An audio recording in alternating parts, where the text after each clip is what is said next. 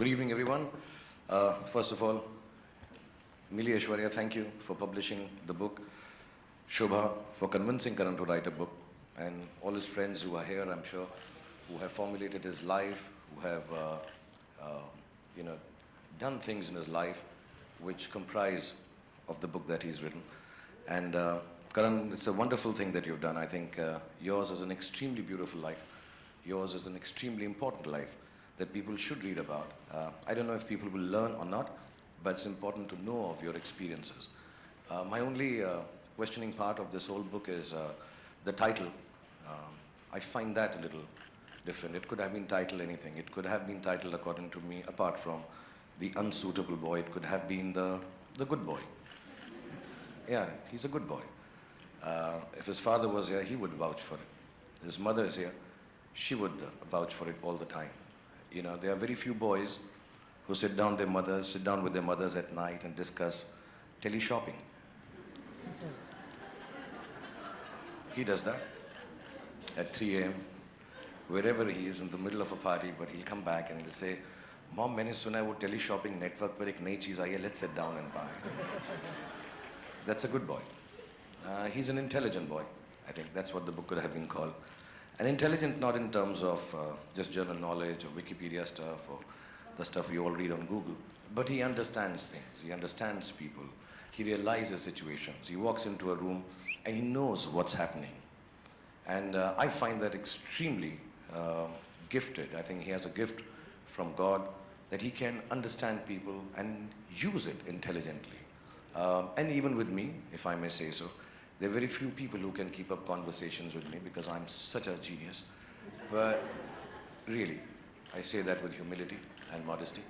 But he's been able to have conversations with me, the best conversations I've had in my life, late into nights in New York or here, or sometimes when I'm just alone, I call Karan and say, let's just talk.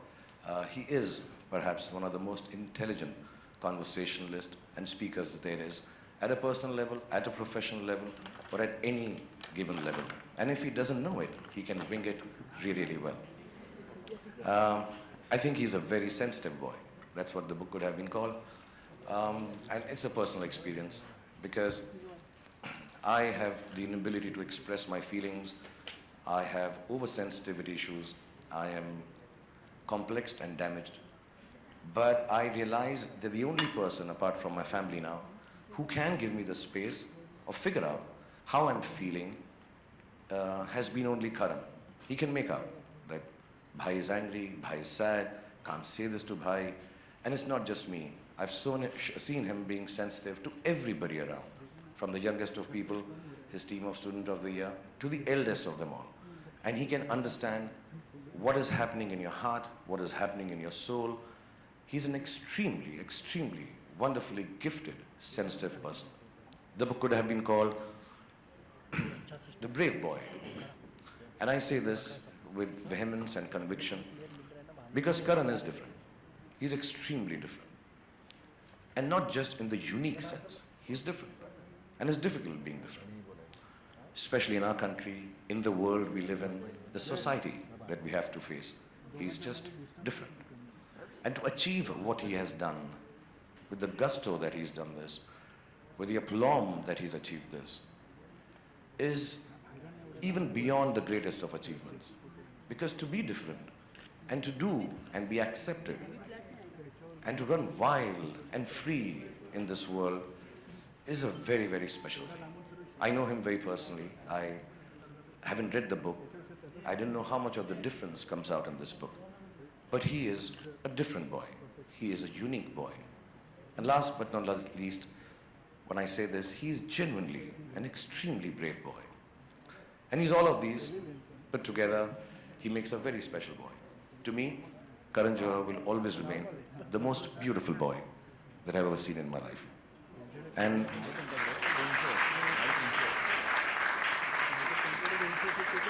I'm extremely honored to be here. And I don't say it just because we're at a function and you're supposed to say this about a guy who's releasing his book. I'm extremely honored, genuinely. You know, there are different aspects. You think of yourself, when I was young, I thought if I get an X amount of awards, I would have arrived. If I got an interview with so-and-so journalist, I have arrived.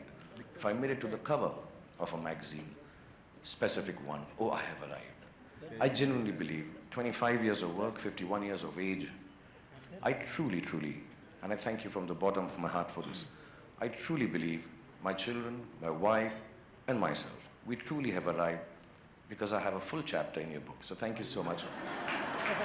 God bless you. And may Allah give you happiness, health, goodness, children, many of them, and everything that you ever wanted. God bless you, and thank you for calling me here and giving me such an honor.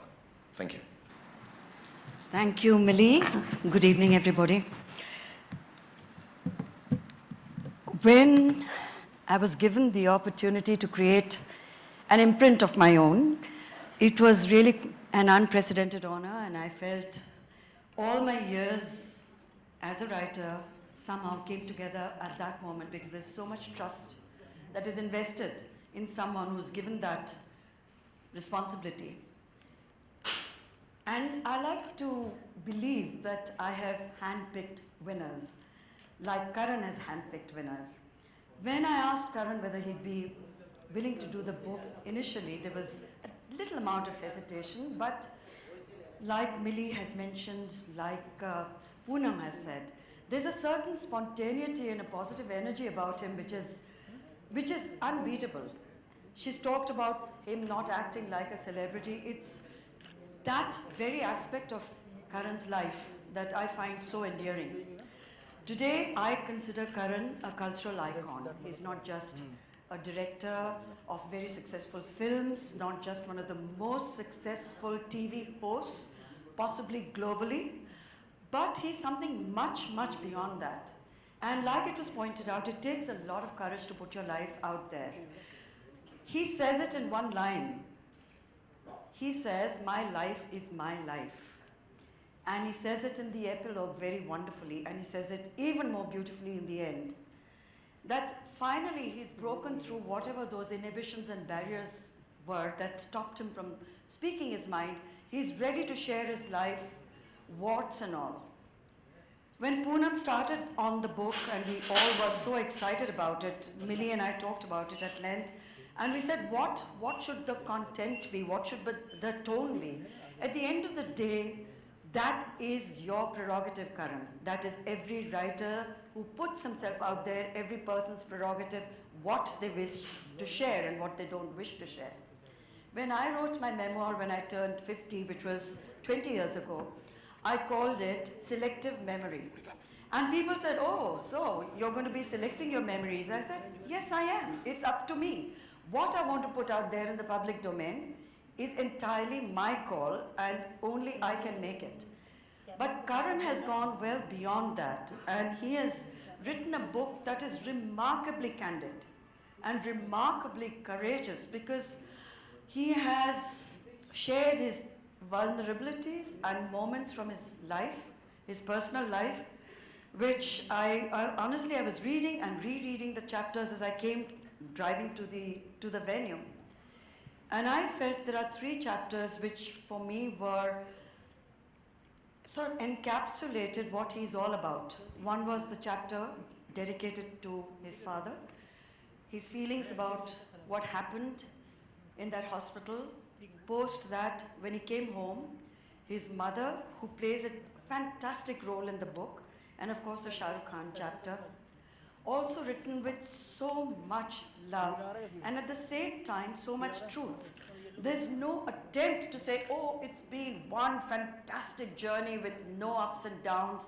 He talks about things not always working out between 2 people who love each other dearly. He talks about love in the most amazing manner. But behind all of it, what will come through is how each one of us is really quite lonely, and how to cope with that loneliness, and how not to let it get you down, but how it can actually be translated into a positive force in your life, which can lead you to create movies or music or books or poetry or paintings. It's the loneliness that starts the book, and it's loneliness which actually ends the book.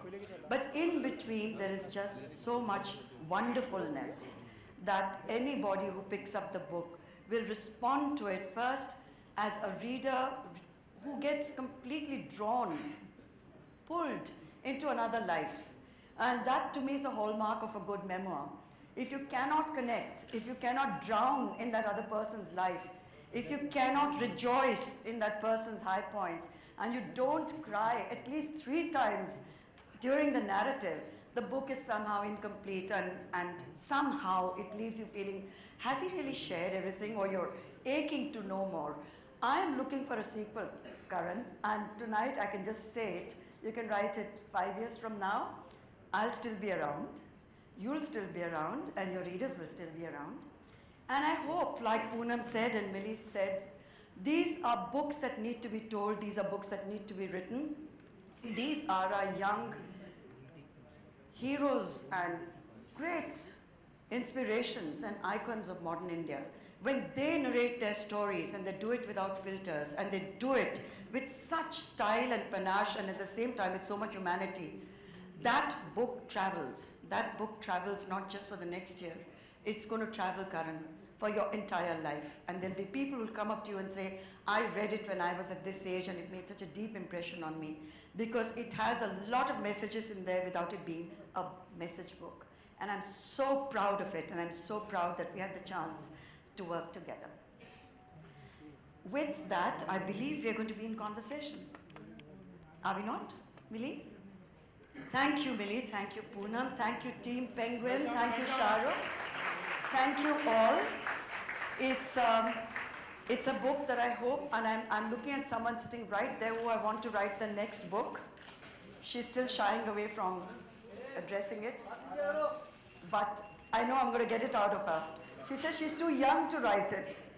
I said there is no such thing. You can write your first book at 23 and it will still be amazing, because there are millions of young 23-year-olds out there, or even 63-year-olds who would want to read your story, Alia. Just do it. So Karan, let's get the easy stuff out of the way right now. The easiest part of the book, right? Why is India obsessed by your sexuality? Easy. Well, that's for some reason, as I said, the word conjecture is a word I use very often on my talk show. Well, that is because when people don't have final answers, they tend to kind of, browse around the topic always. And so have I. And but in the book, I've said what I felt the need to, and I've said it in a way that I felt I needed to express it. And there's really nothing more to say, so I think that every answer anyone's looking for is in the book. You know, there are several moments in that book where you talk about people confronting you at airports, at parties, and saying the most gross things, the most insensitive things, and you come back to them, is sassy but also a little sad. Why should anyone have to explain any aspect of their lives at all, or defend it? I think people sometimes, when you're in the celebrity zone, I think people tend to sometimes just not know what to say. Like, I feel like when they encounter you, they either tend to overcompensate and say exceptionally polite things, or they'll say the most inappropriate things to you. I think anyone who's been in the celebrity space will tell you that you'll have people come and say the most over-familiar things to you at times. And sometimes because they think that they own you, because you're in their living room on a daily basis, perhaps because of my television exposure, or the fact that one is around and all over the place, they feel they have an ownership over you. And sometimes that allows them to kind of cross the boundary of decency. And they'll say things that are inappropriate. And you'll have to stand there. Sometimes you can give a response back, which sometimes goes over their head, because it's not a straight-line answer.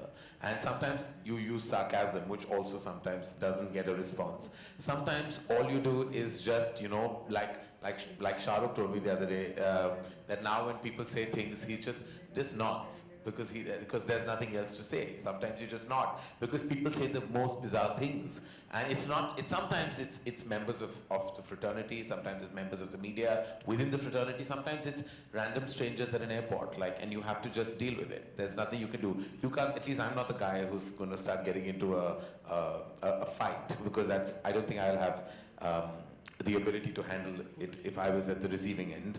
So I just let it pass. May I share that one moment at the airport, which is in your book, so everyone's going to read it anyway. Right. where a person comes up to you, his wife is with him, and he walks up to you and says to you, so are you a homo? Yeah. And your response is, why? Are you interested?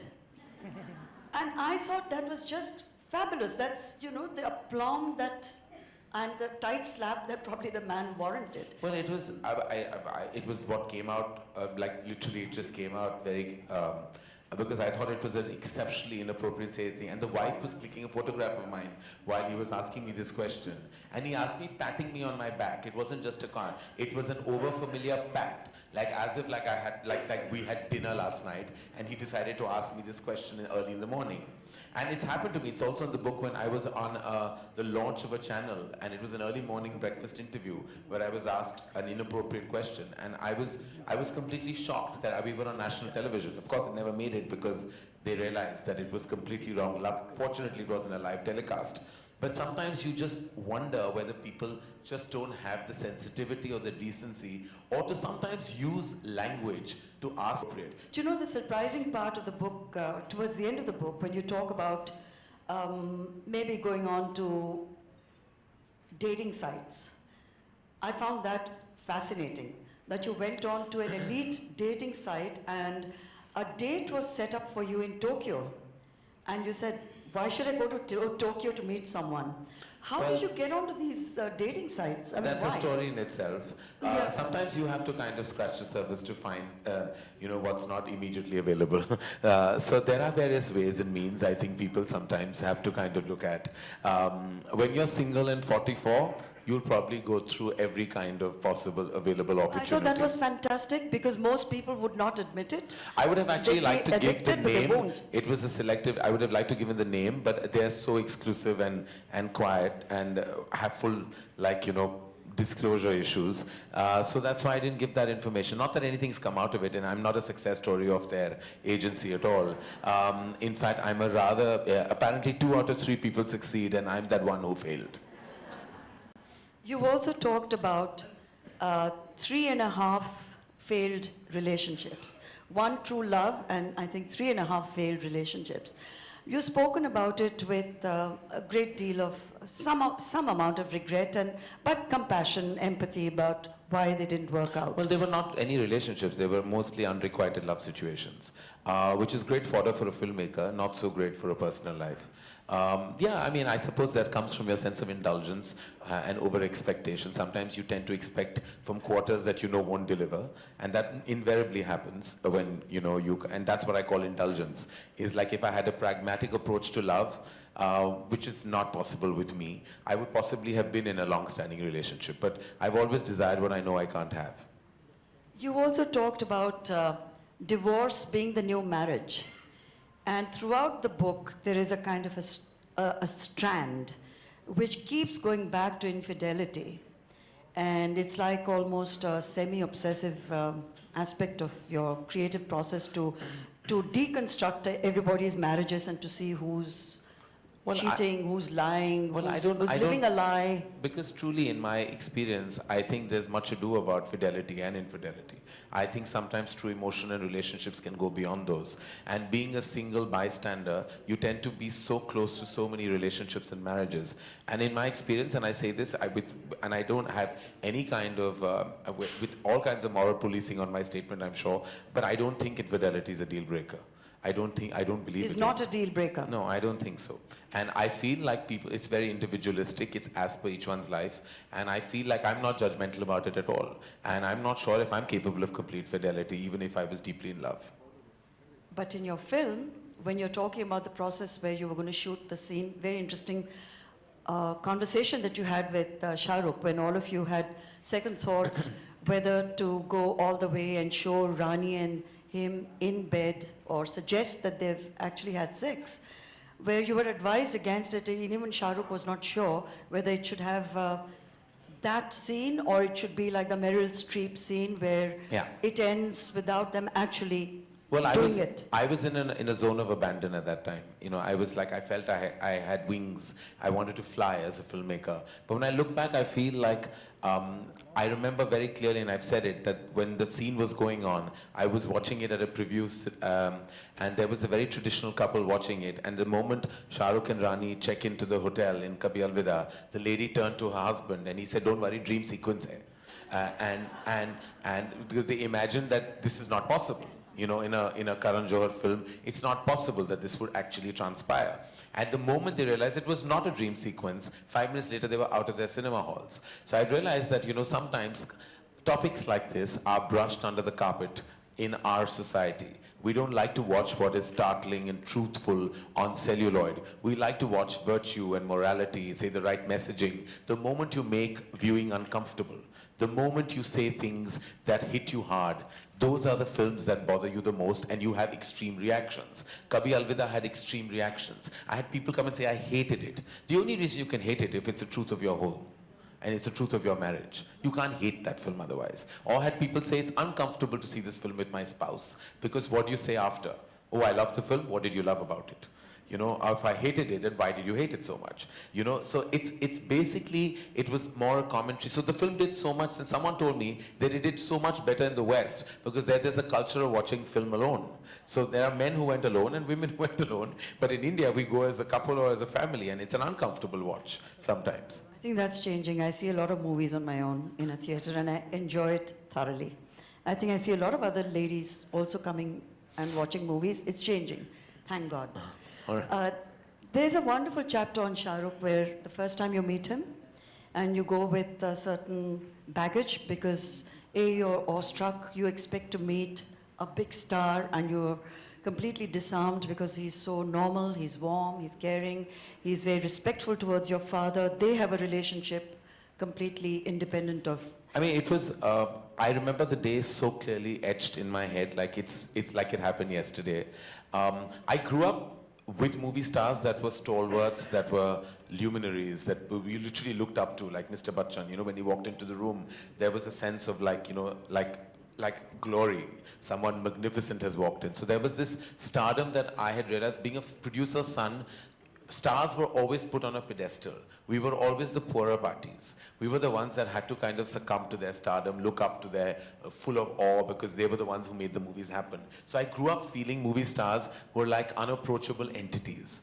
I had then lost track with the generation because I was in my college days, and I was touching base with my father's side of the business much later when he took me to meet Shah Rukh to sign him for Duplicate. And I had never met somebody who was a young movie star, who was so loved at that time, and everyone wanted him in their movies, who was this animated, this conversational, this, what do I say, just this real person. So I was in shock. And the fact that he respected my father so much, the fact that he showed that respect meant the world to me, because up to that point I felt like my father had not had the best run at the movies, you know, even with certain people and relationships. And when I saw Shah Rukh give him that love, I think I fell in love with Shah Rukh at that moment, because I saw the love he gave my father, and that to me meant the world. Nothing else mattered. There's a lovely insight also when you talk about your father. I think that was beautiful, where you said that despite him achieving success by the time you started working together, in his head he was still like a production person. So it was his instinct to carry the bags of stars or open car doors for them. And which my mother went hoarse trying to tell him, Yash, you're a producer. You're not a production manager. You can't, you shouldn't be doing these things. It's wonderful that you share it. It was his instinct. He couldn't help it. He just couldn't, like, whatever. And it was like, and I, of course, was born like I was a movie star in my head. Even though I had nothing, in my head, I was always royalty. For some reason, I don't know where, my mother always said, I don't know where you came from. Because, you know, I didn't have their value system, and I was always somebody who lived beyond my means. It was because I was pampered by my father. It was, he allowed me to believe that. He really, when I was 150 kilos fat, thought I had 5 kilos of puppy weight that I should lose. He thought I was the most gorgeous looking son. Could have been a film hero, knowing very well I knew my personality would not allow me to be a lead in a Hindi film at all. But he thought he could have launched me. When we were talking about my first film, he said, "Tu thoda patla ho ja, tu kar sakta hai hero ka kaam." And I was like, at that point, I was like, how do I get love and balance it with delusion. Because, you know, my mother secretly, I think, always knew that I was not meant for certain things. But my father just loved me unabashedly.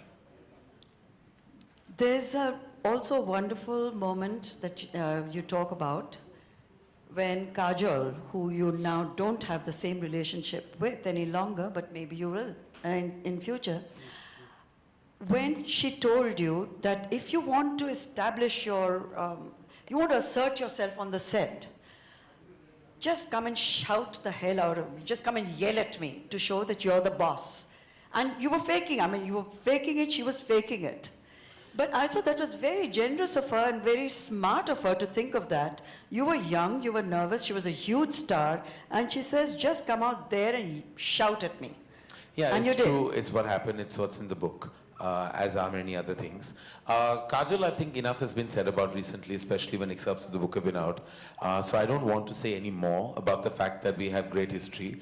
And I want to remember just the history that we've shared. This is a moment in that history of nearly 25 years of a friendship. And yeah, sometimes chapters end, books end, relationships end. But yet, you talk about when you hugged Shah Rukh at Deepika's party, and suddenly, whatever tension there may have been, melted away. That one hug, there was so much love that was exchanged, and it was all eliminated. I think there was never, there are ups and downs in so many relationships, but with Shah Rukh, it's, there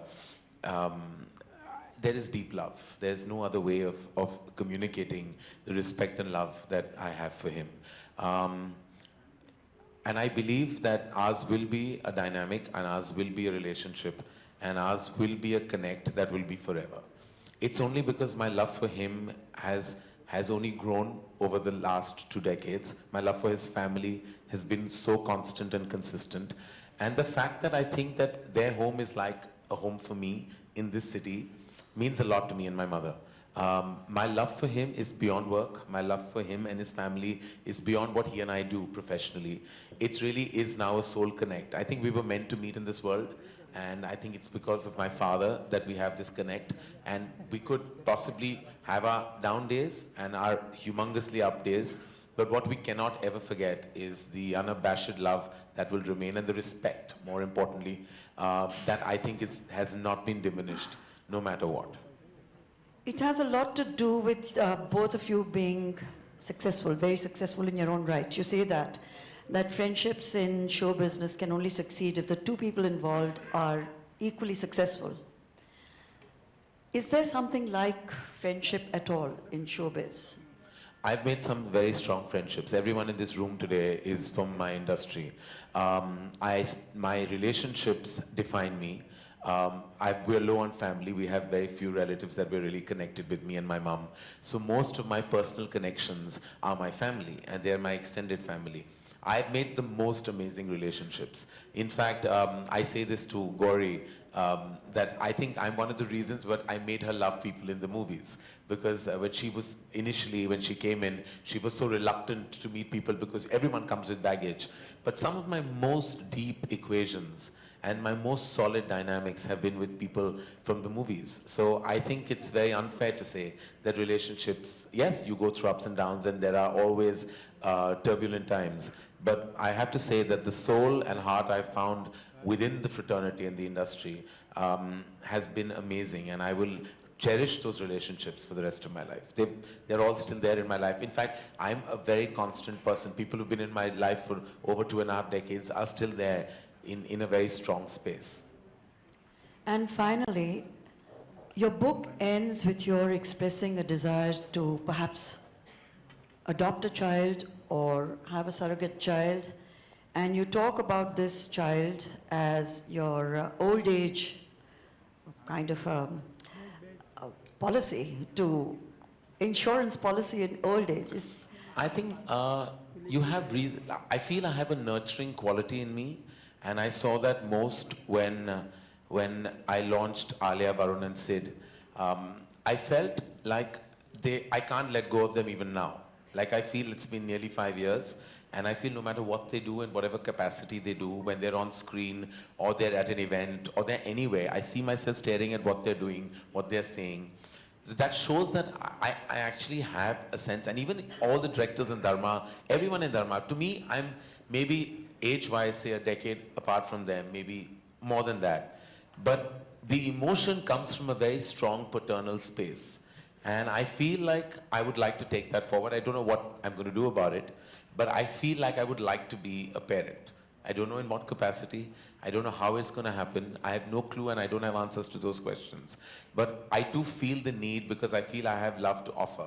And since it's there, and I'd like to take it forward because I feel like that paternal instinct needs to be acted upon. And I feel it very strongly. Like I feel like I have so much within me that I conserve, and I feel that love has to have a release. You know, and it's not going into a relationship. It goes abundantly to my love for my mother and my friends and all of them around me in my company. I love everyone. To me, I don't think any of them will realize how deeply moved I am that so many of them are here today, and what they mean to me in my life. I sometimes don't express it enough because it's within me, and I feel like that love within me needs to find a platform, and I think that platform could be a parent platform. Karan, I wish you every success. I hope a baby does come into your life. It'll transform you. It transforms everybody who's ever had a child, and I can tell you that from experience. With 4 grandchildren now, I can tell you that with double experience. So, blessings all the way. Make it happen for yourself. We are very proud of you. We are very proud of the book. It's already a bestseller. And it's got its first brilliant review, so it's a day to celebrate, and may you always remain the wonderful, caring person you are. Thank you.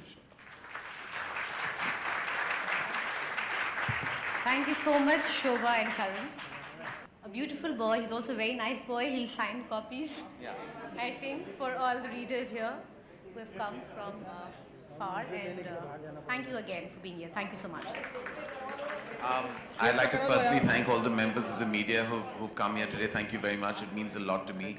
All of you have been a big part of my journey, and from the bottom of my heart, thank you for always being so supportive. And many of you are friends in the house, and the ones who are not will always remain special because most often good things are written.